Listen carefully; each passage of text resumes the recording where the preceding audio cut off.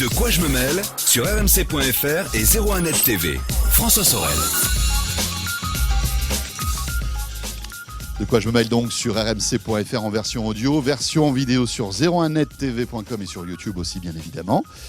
Tout à l'heure c'est Victor Jakimovic qui me rejoindra et on parlera avec lui de sa découverte de cette box 4G de Bouygues qui permet, lorsqu'on n'a pas d'ADSL, quand on n'a pas de haut débit, si on capte de la 4G, d'avoir 20, 30, 40 mégabits par seconde. Et autant vous dire que ça change la vie. Victor l'a testé. Il nous en parlera dans un petit quart d'heure. Mais auparavant, on va évoquer la domotique, la maison connectée. Alors ça, c'est vraiment un sujet passionnant, mais qui fait un peu peur, qui est un peu anxiogène, parce que dès qu'on parle de maison connectée, on parle d'interopérabilité, de connexion avec des smartphones, avec des boîtiers, et on se dit qu'on ne va jamais y arriver, d'autant qu'il y a certains appareils qui sont connectés à la maison, en tout cas qui sont électriques, qui ne marchent pas véritablement avec tous les systèmes. Alors, pas de panique, on va en parler avec mon invité, Benoît Guénec. Bonjour. Bonjour François. Alors, il faut parler très près du micro, s'il vous plaît, Bonjour Benoît. François. Vous êtes le cofondateur de iDomus. iDomus, c'est ça. Regardez. Je vais vous montrer, c'est une petite boîte qui est ici. Hop, là, voilà. Pour tous ceux qui sont avec nous en vidéo, une petite boîte verte qui intègre en fait un paquet de technologies, surtout sans fil. Et on va en parler avec vous, mais peut-être expliquer avant tout ce que vous représentez. En fait, vous êtes un spécialiste de la maison connectée, de la domotique en France. C'est ça, hein ? Oui, exactement. On fabrique le cerveau de la maison connectée. Oui. Donc c'est un équipement très particulier, très central, que vous branchez à votre accès Internet, vous ajoutez des périphériques et à partir de là, vous pouvez tout faire dans votre maison avec votre téléphone ou automatiser ce que vous souhaitez. Alors, donnez-nous des exemples. Voilà, qu'est-ce qu'on peut faire avec ce système si on est un peu, j'allais dire bricoleur? Non, parce que c'est même pas... Il faut mettre un peu les mains dans le cambouis pour que ça marche ou pas? Alors, il faut commencer simplement et on conseille toujours d'utiliser des périphériques où il y a peu d'installation. Des capteurs, on branche... sans pile des prises, on ne touche pas à son réseau électrique pour commencer. D'accord. Et puis quand on commence à y prendre goût, parce qu'on y prend tous goût et oui, après on devient passionné. On ne peut plus s'en passer. Voilà, on a une vidéo Ouais. historique. Eh bien, il faut être un peu plus bricoleur, effectivement, si on veut piloter son chauffage ou son éclairage derrière les interrupteurs. Voilà, il faut commencer ensuite à... mais on peut commencer très simplement, il faut commencer simplement. D'accord. Quels sont les scénarios qu'on peut faire avec votre système, par exemple? Voilà. Est-ce que vous pouvez nous donner des exemples d'automatisation de certaines choses qu'on a à la maison? Il y a vraiment énormément de choses, donc je vais vous en décrire quelques-uns. Oui, bien sûr. La première chose, c'est l'éclairage. C'est-à-dire qu'on n'y pense pas forcément, mais que ce soit pour se réveiller le matin ou quand on arrive chez soi le soir, avoir l'éclairage qui s'allume tout seul, c'est un grand plaisir. Quand on arrive dans sa salle de bain le matin, si elle est chaude, voilà, c'est plus agréable que si on commence par avoir froid. On part de chez soi, on a oublié d'activer l'alarme, on ne sait plus si une fenêtre est ouverte. On vérifie ça avec son smartphone. Donc c'est vraiment la base. Ça veut dire que pour que tout ça fonctionne, il faut des capteurs et des objets compatibles, bien évidemment. Vous parlez d'ampoules, il faut des ampoules qui vont être compatibles, qui vont être connectées et qui vont pouvoir se plugger. Alors, j'aime pas trop ce mot-là, mais se plugger avec votre système, c'est ça? Exactement. Notre système, c'est le cerveau, il a besoin de membres pour communiquer. D'accord. Et les membres, ce sont plein de petits objets. Je vais t'en montrer un ou deux peut-être qui sont... Bien dans le micro. Qui sont ici.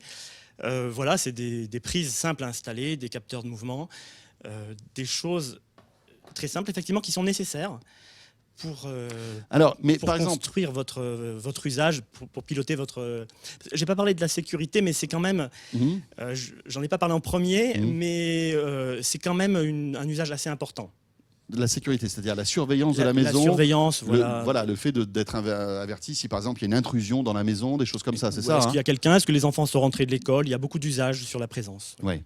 Alors, il existe pas mal de centrales domotiques. Je ne sais pas si vous connaissez Victor Jakimovic, qui vient régulièrement dans De quoi je me mêle, mais c'est un spécialiste, il adore ça. Et c'est vrai qu'il nous présente souvent des petites centrales qui permettent de piloter pas mal d'objets à la maison. Ça prouve quand même la complexité de la chose. C'est-à-dire qu'aujourd'hui, j'achète un objet, c'est pas pour autant qu'il va se connecter facilement à quelque chose de plus général. C'est ça? Alors, si ces objets utilisent des protocoles ouverts, nous on est parti sur des protocoles ouverts. C'est-à-dire qu'on a le protocole radio qui s'appelle, c'est un peu technique, Z-Wave qui est intégré à l'intérieur. D'accord. On peut utiliser d'autres protocoles radio. Et bien, on est compatible avec les centaines de fabricants Z-Wave qui fabriquent un millier de produits à peu près compatibles. Donc à partir du Z-Wave. moment où le produit a le label Z-Wave, il pourra discuter avec votre box sans fil, c'est ça? Exactement. C'est le protocole numéro 1 en domotique D'accord. aux États-Unis et en Europe. Mais qui n'est pas le seul, malheureusement. Il y en a d'autres. Il y en a une myriade. Nous, on est compatible par des dongles qu'on ajoute Ouais. à 4 ou 5 autres protocoles Il y en a radio. combien des protocoles aujourd'hui pour la maison connectée? Des dizaines. Des dizaines.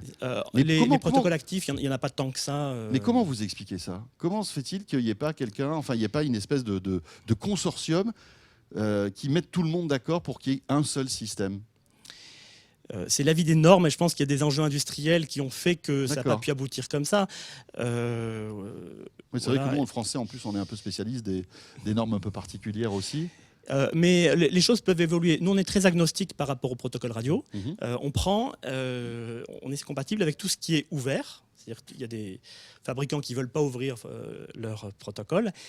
Mais quand c'est ouvert et qu'il y a des périphériques sur le marché qui sont utiles, on essaie de tout agréger pour que quasiment tout soit possible. Alors, on va montrer, pour tous ceux qui sont avec nous en vidéo, je vais vous montrer des petits objets qui peuvent transformer votre maison. Alors, vous allez peut-être pouvoir me les commenter, Benoît. Alors là, typiquement, ça, c'est une prise électrique. On va brancher ça sur la prise électrique murale et on va se retrouver avec une autre prise, mais entre les deux, eh bien, il y a de l'intelligence et il y a de la domotique, en fait. C'est ça? Il y a ce qu'on veut, c'est-à-dire qu'il y a deux grandes manières de le piloter. Ou bien on utilise son smartphone, on est chez soi, on ne veut pas se lever. Ça arrive, et vous verrez, on sera tous comme ça. C'est comme une télécommande pour la télévision. Donc on utilise son smartphone à distance, ou bien on met en place un programme sur un détecteur de mouvement ou par rapport à des horaires pour allumer cette lampe. Au coucher du soleil, par exemple, c'est une des programmations. C'est-à-dire que ça va me rendre ma prise électrique connectée. C'est ça? Ça va la rendre connectée et puis un petit peu intelligente. Un petit peu intelligente. Ça D'accord. sera l'intelligence qu'on veut bien lui donner. Lui donner, ouais, en effet. Après, on peut créer des scénarios, etc. On va peut-être y revenir.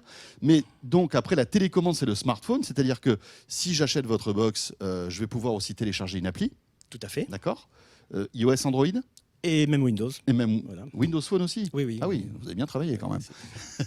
Et c'est utile pour les Windows 8, 10. Ah oui, en plus, voilà, c'est ça. C'est-à-dire qu'on peut piloter aussi depuis son ordi. Voilà, où il y a un site web aussi, principalement qui marche. Qui marche aussi. Qui marche pour tout. Et donc, je vais pouvoir, donc, avec cette appli, piloter les différents membres de cette box qui sont connectés, en fait. Exactement. Et d'ailleurs, il faut commencer comme ça. Il faut commencer par allumer la prise avec son téléphone le soir, une fois, deux fois, et puis peut-être qu'au bout de 10 fois, on aura envie D'accord. de l'automatiser. Alors c'est ça qui est génial, c'est que en fait, donc évidemment avec cette petite prise, on peut allumer et éteindre en temps réel, enfin simplement à distance avec son smartphone, mais en rajoutant donc d'autres capteurs, ça peut se faire automatiquement. C'est ce que vous expliquiez tout à l'heure quand vous me disiez que par exemple on rentre dans la maison.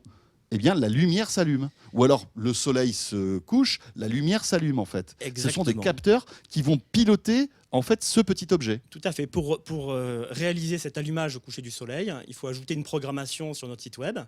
On dit où on est parce que le soleil ne se couche pas pareil partout. Ouais. Et voilà, ensuite ça fonctionne jusqu'à l'heure qu'on a prévue. D'accord. Aujourd'hui, on parle beaucoup de Google qui est sur ce marché, Amazon avec Alexa. On va peut-être parler d'Alexa tout à l'heure. Il y a aussi HomeKit d'Apple. Est-ce que tous ces systèmes vous facilitent les choses Énormément. Pour nous, ce ne sont pas des systèmes concurrents. Ce sont vraiment des interfaces complémentaires. Donc le téléphone est déjà un outil fantastique. La voix est aussi quelque chose de magique. Et donc on est compatible avec Siri, donc HomeKit d'Apple. Voilà, via Homebridge. Et pour Alexa, on attend qu'elle comprenne le français, parce que pour l'instant, elle parle anglais. Donc Alexa, rappelons-le, c'est en fait l'assistance vocale d'Amazon, qui existe aux US et en Allemagne, je crois, mais qui va bientôt arriver en France si tout va bien, peut-être d'ici la fin de l'année.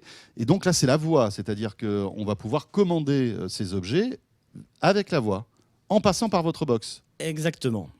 D'accord. y a une opération d'appairage, donc c'est disponible sur Siri depuis quelques semaines. Mhm. Une opération où on autorise les deux systèmes à parler entre eux. C'est quelque chose qui est très bien fait. Et je trouve que de la part aussi bien d'Apple que d'Amazon, ils ont vraiment prévu un système qui soit ouvert pour D'accord. faciliter la communication avec les autres objets. Benoît Guénec, est-ce que c'est cher de connecter sa maison ? Parce que c'est vrai que c'est séduisant et je suis persuadé qu'il y a plein d'auditeurs là qui nous regardent ou qui nous écoutent qui se disent ouais, j'adorerais avoir ces systèmes d'ampoules qui se mettent en route toutes seules, des volets roulants qui baissent tout seuls, etc. Mais est-ce que ça coûte cher ? Ça dépend si c'est vous qui l'installez ou si vous le faites faire par un tiers. Si c'est vous qui l'installez, c'est 80% de notre modèle. Quelques centaines d'euros sont nécessaires. Notre box, on la vend 300 €. Ces périphériques coûtent quelques dizaines d'euros. Ouais, mais ça va vite parce que si on, Oui, ça va vite. si on a plusieurs prises qu'on veut équiper de ce système-là, c'est l'objectif. Parce que l'objectif, c'est d'en avoir partout. D'en avoir pour tout ce qui est utile, pratique. On a besoin de gagner du temps. Il ne faut pas non plus compliquer sa maison de D'accord. manière Ouais. inutile. Ce qu'on voit, c'est qu'on commence par 2 prises et puis les utilisateurs en ajoutent. Ils finissent souvent avec des systèmes à plus de 1 000 €. On ne les y pousse pas, mais ils y viennent parce par envie, par besoin, pour gagner du temps, de l'argent. Ouais, c'est-à-dire que quand on a goûté à ça, après, c'est compliqué de revenir en arrière. Exactement. En fait, c'est ça. On ne revient pas en arrière, pour être franc. Ouais, voilà, c'est ça. Quels sont les conseils que vous pouvez donner à tous ceux qui nous regardent, qui nous écoutent, qui peut-être prévoient d'acheter un appartement ou de construire ? Est-ce que dès le départ, dès la conception d'un logement, on peut faciliter tout ça, en fait ? Est-ce que ça a un sens ou aujourd'hui, avec finalement le sans-fil, c'est plus une question qu'il faut se poser ? Je pense qu'il faut quand même y réfléchir. Il faut rendre sa maison prête pour le futur. On ne sait pas quels seront les protocoles radio utiles dans 10 ans, dans 20 ans, dans 30 ans. Personne ne le sait. En revanche, il faut un maximum de câblage, d'immenses tableaux électriques. Il faut anticiper la codectique, je dirais. Mais est-ce que, Même par si exemple, c'est ça radio. vaut le coup de mettre des prises Ethernet un peu partout dans toutes les pièces ou aujourd'hui, avec le CPL, avec le Wi-Fi, Je pense qu'il faut mettre des prises Ethernet. des prises Ethernet, c'est toujours important ? Oui, ça reste très important.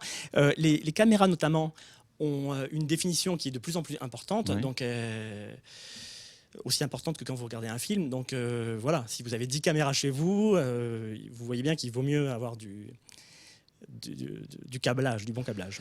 Est-ce que, parce que j'imagine que, on se lance dans l'aventure de la Quand maison. on construit, pardon, je vous ai interrompu. Oui, voilà, quand on construit.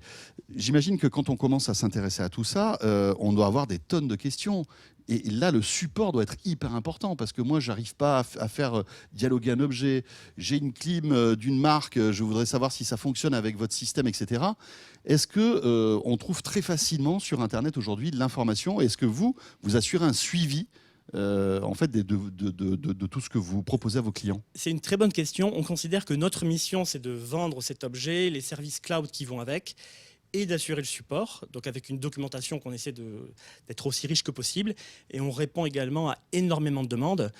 On n'arrive jamais à répondre à 100% des demandes, mais c'est un travail colossal qu'on effectue effectivement en termes de support, parce qu'il y a un vrai besoin aujourd'hui.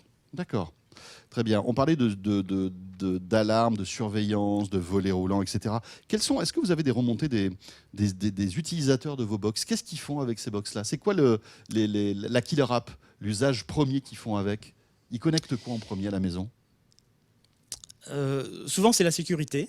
Ouais. C'est ce que vous disiez tout à l'heure. Voilà, mais donc quoi, caméra de surveillance, caméra et capteur. Capteur d'intrusion, des choses comme ça. Capteur de mouvement ou d'ouverture de porte. D'accord. Ce qu'ils font souvent, c'est qu'ils remplacent les interrupteurs. Parce que c'est quelque chose qu'on fait tous les jours, 10 fois, 100 fois par jour. On appuie sur des interrupteurs pour allumer les lumières, pour allumer ses volets. Et au final, quand on a appris à ne plus utiliser les interrupteurs, on en a un grand plaisir au quotidien. C'est un peu magique, et surtout au début. Et voilà, c'est un grand plaisir d'avoir gagné un peu de temps, de confort. D'accord. En le construisant soi-même. Cela dit, l'interrupteur est plus pratique que l'interface d'un smartphone. On est d'accord, non ? Oui. Enfin, s'il est à portée de votre bras, On se dit, ah là là, oui. c'est génial avec le smartphone, on peut tout faire, etc. Mais le temps de trouver la bonne page, lancer l'appli, etc., le temps que ça se mette en 100% route, d'accord, etc., un interrupteur sera Oui, toujours plus efficace, tout en à fait. fait. Tant qu'il est à portée de bras. Ouais, Voilà, c'est ça. si c'est au bout d'une pièce, Alors, moi, expliquez-nous ce que c'est là. Vous nous avez apporté donc ce petit, la prise salle connectée. Mais il y a cette petite boule, ce petit œil qui est assez étonnant. Attendez, hop, là, on va la montrer là, voilà, pour tous ceux qui sont avec nous en vidéo. donc, Cette petite sphère. ce sont des périphériques qui utilisent ce protocole radio Z-Wave. Cette petite boule est de fabrication polonaise. C'est un capteur de mouvement Oui, et de température également. d'accord. Cette prise est de fabrication française. Donc elle allume, éteint et mesure la consommation de l'appareil. D'accord. Et tous ces produits-là, on les trouve partout? Enfin, moi, j'ai pas l'impression qu'on trouve ça Et non. hyper facilement, non? Non. Il y a des dizaines de boutiques en ligne qui D'accord. les Donc vendent. c'est plutôt sur le web qu'on va les trouver. Oui, c'est plutôt sur le web. D'accord. Et qu'en pensent les grandes surfaces de bricolage, les Leroy Merlin, les Casto, etc. Est-ce qu'ils s'intéressent à tout ça? Oui, ils s'y intéressent. Ils ont un éventail. Enfin, ils vendent quelques marques, leur marque et puis une ou deux autres marques. Ils ne peuvent pas tout vendre. Donc voilà, c'est. D'accord. Mais C'est pour ça, je pense qu'on ne trouve pas ces équipements. Très bien. Voilà, tout comme l'Alexa Oui, d'Amazon. ouais. Voilà, c'est des appareils qu'on trouve pas partout. Très bien. Eh bien voilà, écoutez, si vous avez envie de vous lancer dans l'aventure de la maison connectée, pourquoi pas? C'est une aventure passionnante. Il faut être un peu geek, on est d'accord Benoît quand même? Un peu geek et un petit peu intéressé par tout ça, par la technique? Ou bien être un peu geek, on s'y lance avec plaisir, ou bien avoir un besoin. C'est-à-dire qu'on a une maison de campagne avec Internet, on ne sait pas ce qui s'y passe.